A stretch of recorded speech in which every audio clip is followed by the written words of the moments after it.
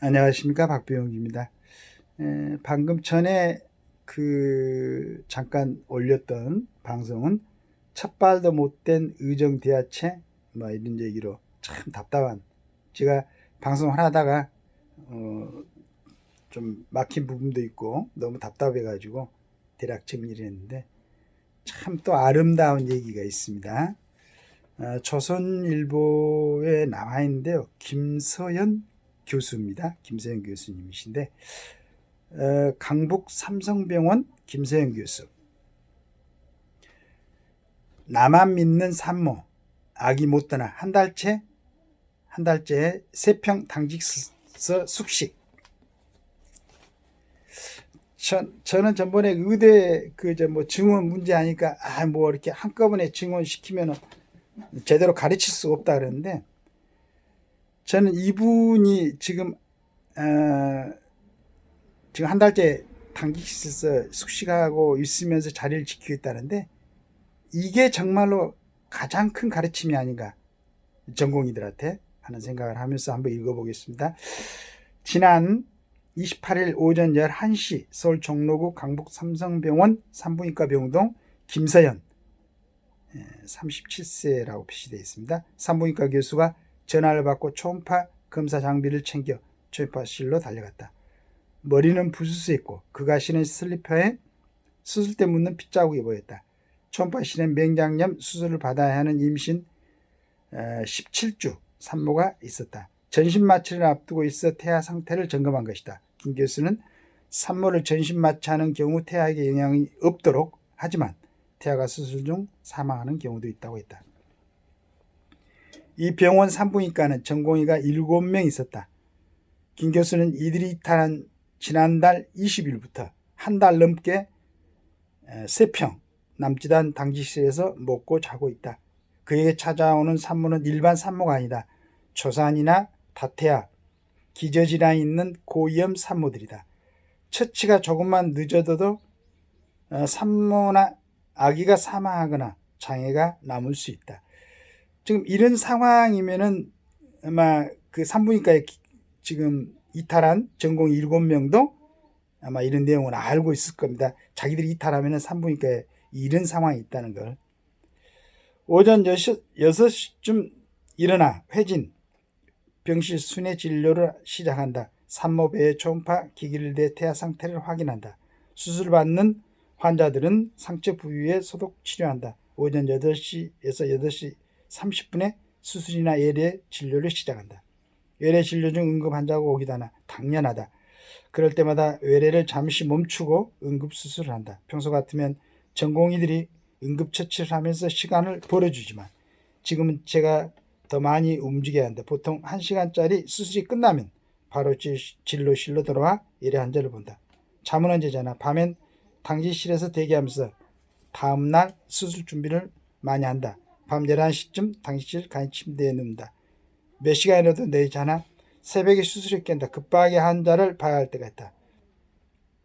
전날에도 자정을 넘겨 응급 환자가 들어와 거의 1시간 동안 수술했다. 개인 생활이 어려울 것 같다. 집에는 대략 일주일에 한두 번 간다. 집에서 잔 적은 없다. 빨래거리 챙겨와서 세탁기에 돌리고 해놓은 빨래 챙겨서 서둘러 당직실로 온다. 일이 그나마 적을 때를 이용해 집에 가는데 그럴 때마다 응급 환자가 들어오더라. 마음이 불편한 것보다는 잠자리가 불편한 게 낫다. 김 교수는 이 병원에서 분만을 담당하는 교수 2명 중 한 명이다. 24시간 내내 병원을 지키며 하루에 서너 건 분만과 적으면 30건, 많으면 60건 예래 진료를 담당한다. 최근 어떤 응급 환자가 들어왔나? 태반 조기 박리, 분만 전에 태반이 자궁에서 떨어진 현상. 응급 환자가 들어왔다. 여러 상황 때문에 임신 도중 검진을 전혀 받지 않는 산모였다. 이런 경우 태아나 산모에게 어떤 문제가 있는지, 심지어 몇 주짜리 아기인지도 모른다. 산모와 태아 모두 위험할 수 있다. 병원에 없었다면 분만을 못했을 것이다. 힘에 부치지 않나. 응급 환자가 수시로 생기니 어쩔 수 없다. 전공의 파악과 교수들의 사직서 제출 등으로 환자들이 불안해하지는 않나. 갑자기 진료를 못 받게 되는 건 아니냐고 걱정하는 환자들이 있다. 제가 이를 못하게 되면 다른 의사에게 분만을 맡게 하는 상황을 두려워한다. 10달 가까이 저를 믿고 따라온 분들이다. 그렇죠. 이제 계속 임신 초기부터 이렇게 이제 한 분이 맡아가지고 진료를 했었을 테니까 걱정하실 때마다 최선을 다하겠다. 제 몸을 갈아 넣어 보겠다고 말한다. 전공의들의 의탈로 업무 부담이 커졌을 것 같다. 다른 교수들과 분만실 간호사, 조사사 등이 모두 자리에서 빈자리를 메우느라 애쓰겠다. 지금도 현장에서 묵묵하게 사명감을 갖고 환자의 바이털을 지키고 있는 분이 많다는 것을 알아주셨으면 좋겠다. 병원을 떠난 전공의들은 어떻게 지내나? 필수 의료 과목은 전공의들이 돌아오지 않을 수도 있다는 생각을 하고 있다. 월급이 나오지 않아 살던 병원 근처 집을 빼버린 사람도 있다. 정부 태도가 강경에 불안하기도 하다. 이 사태를 어떻게 풀어야 되나? 교수로서는 조금이라도 여지를 줘야 전공의들과 얘기를 해보고 설득할 수가 있다. 이런 상황이 계속되면 언제까지 버틸 수 있을까 하는 걱정도 된다. 산부인과를 지망한 이유는 처음부터 산부인과를 지망한 건 아니다. 다만 수술하는 의사가 꼭 되고 싶었다. 어떨 때 뿌듯함을 느끼나? 상과는 업무는 많지만 순수하고 고맙다는 얘기를 들을 수 있어서 좋다.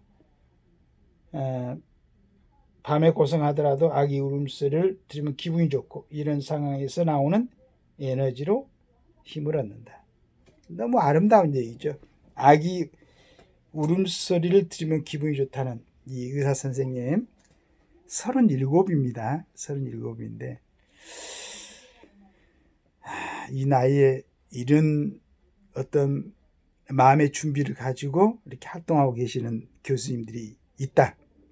정말로 다행이라고 생각하고 그리고 이게 정말로 지금 공부를 하고 있는 전공의들에게 가장 가치 있는 그러한 공부가 아닐까. 그런 공부를 지금 시켜주고 있는 거 아닌가 이런 생각을 합니다. 전공의들도 아까 보니까 의협에서인가요? 이렇게 지원을 해가지고 복귀를 막고 있다고 그러는데 여러분들의 소중한 인생 처음에 의사로서 소명의식을 다하겠다고 생각했던 그런 각오를 갖다 되살리고 빨리 복귀하시기 바랍니다. 아까 보니까 국무총리부터 해가지고 지금 의대 증원 외에는 전부 다 정부에서 약속을 했다. 이번에 충분하게 소기의 성과를 거뒀다. 그리고 증원은 다시 얘기하지만은 기왕이 이제 각 대학에 인원까지 분배해가지고 했으니까 올 1년 지금 이제 드러난 여러 문제를 가지고 전문가들하고 이 전문가들 중에서도 좀 정말로 의사라는 직업에 대해서 소명의식을 가지고 자부심을 가지고 어떤 국민들을 위해서 또 헌신하겠다는 이런 봉사정신도 갖는 그런 사람들의 얘기, 진솔한 얘기, 정치적인 얘기 말고 이런 대화를 갖다 충분히 하고 2,000명 증원이 많다라는 생각을 이제 전문가들로부터 나온다고 그러면은 그건 다시 조절하면 되는 거고. 그런데 지금 한 달이 넘게 이렇게 많은 혈세를 갖다가 낭비를 하고 여러분들을 갖다 가르치고 하는 이 선생님들이 그 자리에 남아서 정말 언제 쓰러질지 모를 정도로 이 하루 일과가 벅찬데 아직 돌아오지 않고 있다면은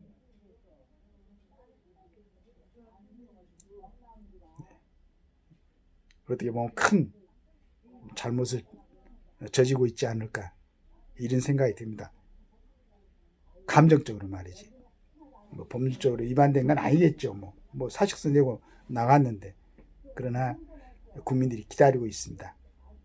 빨리 돌아와가지고 이런 훌륭한 선생님들의 이러한 모습을 좀 닮아가는 그런 의사들로 성장하시기를 기대하겠습니다. 전공의 선생님들 빨리 돌아오십시오.